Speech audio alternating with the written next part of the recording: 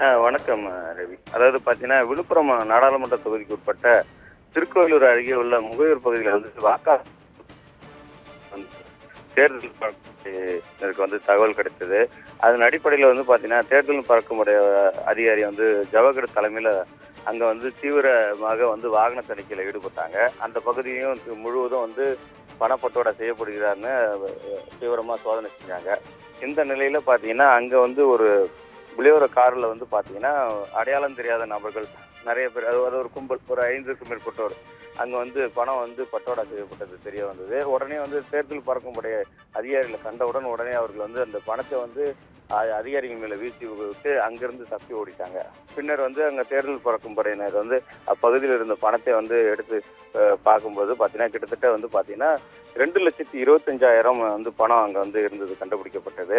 இது வந்து பார்த்தீங்கன்னா, வாக்காளருக்கு பணம் கொடுப்பதற்காக தான் இந்த பணம் எடுத்து வரப்பட்டது தெரிய வந்தது. அடுத்து இப்போ யார் அந்த நபர்கள் எப்படின்றது சொல்லிட்டு இப்போ தேர்தல் பறக்கும்படைய அதிகாரிகளும் வந்து தீவிரமாக அவர்களை தேடி வராங்க. மேலும் இந்த பணத்தை வந்து பார்த்தீங்கன்னா, திருக்கோயிலூர் தொகுதி தேர்தல் நடத்தும் உதவி அலுவலர் கண்ணனிடம் வந்து இந்த பணத்தை ஒப்படைச்சிருக்காங்க.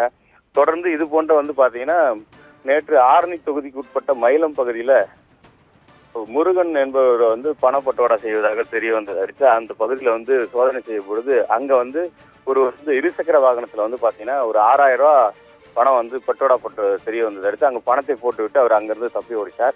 இது குறித்து வந்து தேர்தல் பறக்கும்படைய அதிகாரிகள் வந்து விசாரணை மேற்கொண்டனர். நெருங்கி வரும் தேர்தலை முன்னிட்டு வந்து பார்த்தீங்கன்னா, இன்று இறுதிக்கட்ட பிரச்சாரம் வந்து முடிவடைகிற நிலையில இப்போ வந்து அதிகபட்சமாக வந்து 2 நாட்களில் வந்து வாக்காளருக்கு பணம் பட்டுவாடா செய்வது மட்டுமே அதிகமாக இருக்கும் என்பது கருத்தில் கொண்டு தேர்தல் பறக்கும் படையினர் வந்து ஆங்காங்கே ரகசியமாக வந்து சோதனையில் ஈடுபட்டு வராங்க.